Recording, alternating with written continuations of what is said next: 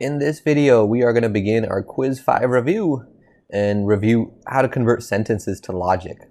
So overall in this section, we're going to be doing practice problems to review for Quiz 5.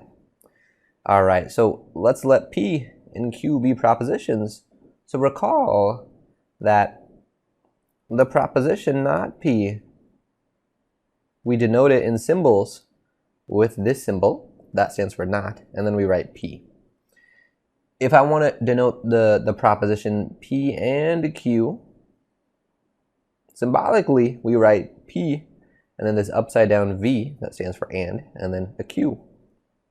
If I want to denote P or Q, and when I write or, this means an inclusive or. So an inclusive or. Symbolically, that is P, and then we write a V symbol that stands for or, Q. And then finally, the last one of these symbolic conversions that we looked at was if we had if P, then Q. So this we called it an implication or a conditional. We denoted this symbolically with P and then an arrow pointing to Q, and that stood for if P happens, then Q happens. So let's look at an example. So in this example, let's let R, D, and F be the following propositions. R is there is a rain advisory. D is the game is delayed. And F is food vendors are open. Convert the following sentences to symbolic form. So that means they're going to be written in words, and we have to put them in terms of these letters for these propositions and put in those operators that we've talked about, we've reviewed above. So part A says, the game's delayed, but there is no rain advisory. Okay, so I want to begin by having you pause the video for just 1 minute to try this question. 4, 3, 2, 1, pause it and see if you can put this in symbolic form. Alrighty, so hopefully you did that. Hopefully you paused it for a minute to try this. So the key connecting word here is but. And but is actually like the word and. It just signals a contrast, something different about what came before the word but, and then something that's coming after the word but. But for all intents and purposes, we are going to treat it like the word and.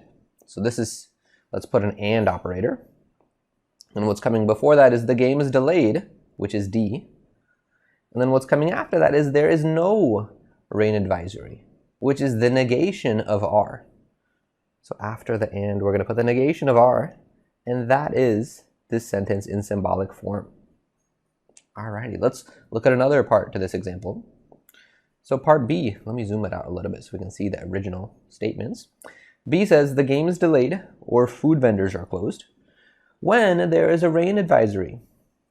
So this one as well, I want you to pause the video for 1 minute to put this in symbolic form. 4, 3, 2, 1, pause it and try this one for 1 minute.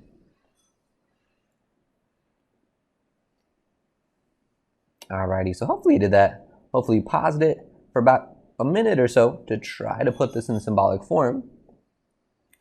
So, alrighty, so talking about this together now. So when we see the word when here, this is like if.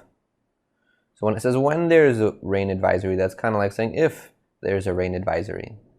So with that said, we can reformat this sentence as if there's a rain advisory,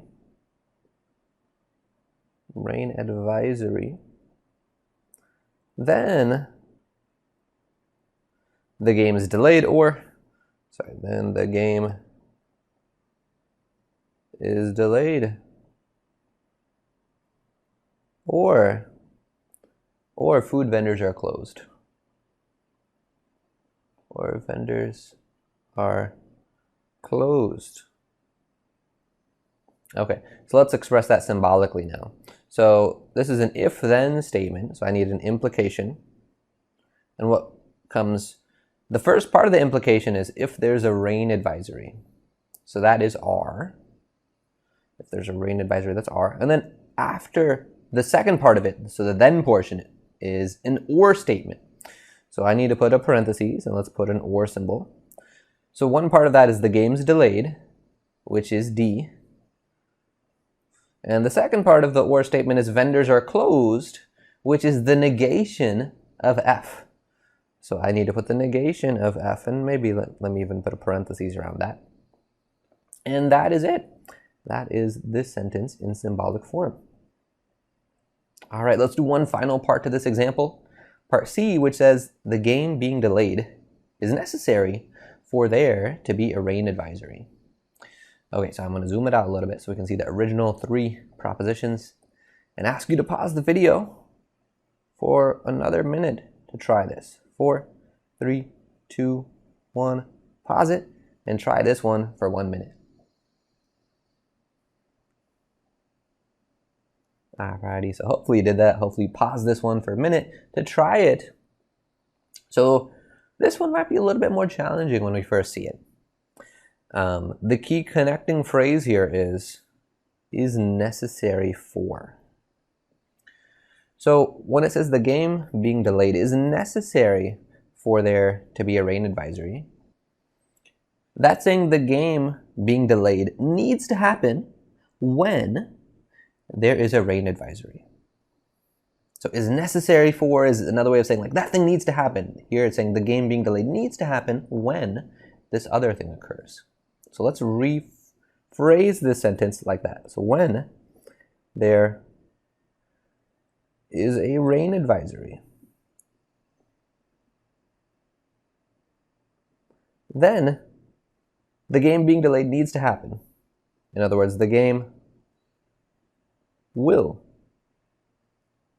be delayed. Okay, so we can see at this point that this is an implication when there's a rain advisory. So let me put the implication arrow first. So rain advisory, there's a rain advisories R. And then the then portion says the game will be delayed, which is D. And that is our sentence in symbolic form. If I wanted to put an arrow here where it says is necessary for, that arrow would actually be pointing in this direction. Because as we saw, the if portion of this ended up being if there's a rain advisory. Then this other part, the game being delayed, needs to happen. So I want to end this video by talking about 2 phrases that are very similar in terms of their structure and how we write them in symbolic form. So as we just saw, if I have something of the form P is necessary for Q, that is Q implies P. Because as we saw, another way to interpret this sentence is that for P needs to happen when Q happens. In other words, if Q happens, then P has to happen.